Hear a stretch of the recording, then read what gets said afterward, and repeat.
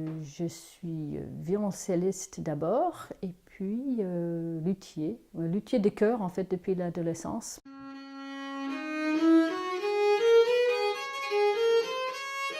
Le projet artistique, ça a été un projet de toute une vie parce que j'ai fait des études de violoncelle dans les années 80 aux États-Unis.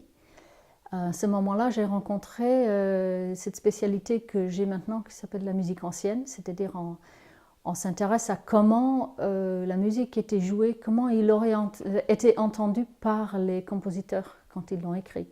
Et donc j'ai étudié cette spécialité aux Pays-Bas avant de venir travailler en France. Et ça fait un moment que, bien sûr, j'ai en tête de faire de l'archéterie de façon plus appuyée que juste entre les concerts, quand j'avais un petit moment. Et du coup, dernièrement, pour toutes sortes de raisons, d'essayer de réorganiser la vie et de m'installer comme archetière principalement, et en restant ici dans la jolie Mayenne. J'ai fait des réparations sur les archers, bon, toutes sortes d'archers d'ailleurs, les archers modernes ou anciennes. Par contre, ma fabrication, c'est que des copies d'archers anciens. Et donc, je suis allée dans plein de musées pour prendre les mesures des archers qui sont encore dans les musées. J'ai beaucoup de bouquins ici avec des photos de tableaux dans lesquels on voit des musiciens en train de jouer.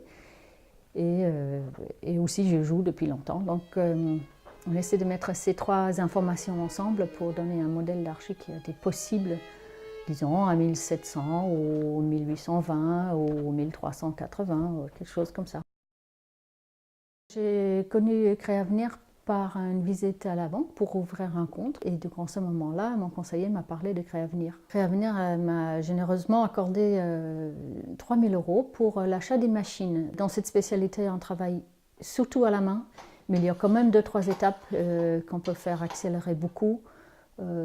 Par exemple, découper à partir de la bûche, c'est quand même beaucoup plus rapide avec un scie à ruban qu'avec une scie à main. Par exemple, les étapes que je fais maintenant à la machine, que je faisais à la main, ça rajoute quand même 2-3 jours à plein temps à la fabrication de chaque archer. Donc ça diminue nettement la fabrication. En ce moment, comme c'est maintenant, la fabrication d'un archer me prend en moyenne une semaine, mais une semaine à plein temps à faire que ça.